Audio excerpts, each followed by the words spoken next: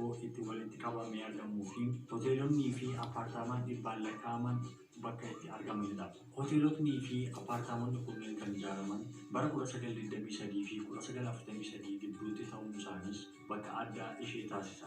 Bakkeewwan seenaa kunneen hedduun isaanii kallattii ba'a garba Atlaantikiin, kallattii lixaan masaraa mootummaa Leenooksiinii fi kallattii kibbaan daandii Sixth Street jedhamuunii fi akkasumas kallattii kaabaan bo'oo Kooliins jedhamuun kan daangeffamedha. Hambaaleen gamoowwan aartii dhiqoo kan hojjetaman diizaayinara gamoo barbaaraa Baayer Kaapitaman jedhamuun yoo ta'u, yeroo ammas daandiin maqaa isaan moggaafame kabaja isaaf magaalaa kana keessatti argama. Giddugalli bashannanaa qarqara galaanaa Miyaamii kan hoogganamu kantiibaa fi abbootii aangoo ja'anidha.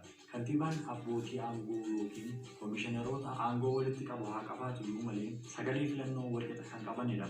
Kantiibaan tokko kan filatamu waggaa lamaaf yoo ta'u, namni tokko carraa marsaa 3 filatamus qaba. Seenaan hundeeffama magaalaa fi giddugala bashannana kanaas hedduu kan nama dhibuu fi bakka xiqqoodhaa kan jalqabedha. Bara 1870 abbaa fi ilmi Heenrii fi Chaarles Luum jedhaman qarqara galaanaa Miyaamiitti lafa akirii tokko saantima 75 bitatanii turani.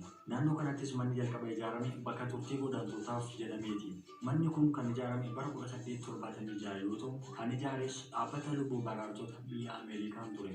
Pireezidaantiin biyyattii yeroo sanaa Ulysses S. Grant jedhamus eeyyamaa fi tajaajila barbaachisu isaaniif gochaa ture. Kaayyoon ijaarsa kanaa inni guddaanis namoota dooniin osoo deemanii bishaan hin liqimfaman baraaruu fi tajaajila kanneen akka nyaataa fi dhugaatii dhiyeessuun gargaaruuf ture. Dhaabbanni lubbuu baraaraa biyya Ameerikaa jedhamu bara 1915 gara eegdota daangaa qarqara galaanaatti jijjiirame. Haa ta'u malee bara 1926 balaa bubbee isaanirra ga'een baduu danda'aniiru. Sana booda abdiin gara fuulduraa Miyaamiin badee ture. Kan deebi'ee lubbuu horate bara 1880 namni Izraa Orbornii fi Elnaatan Tiifiildi jedhaman naannoo qarqara galaana kanaatti kokonaatii yookiin firii muka meetii oomishuu yeroo eegalan ture.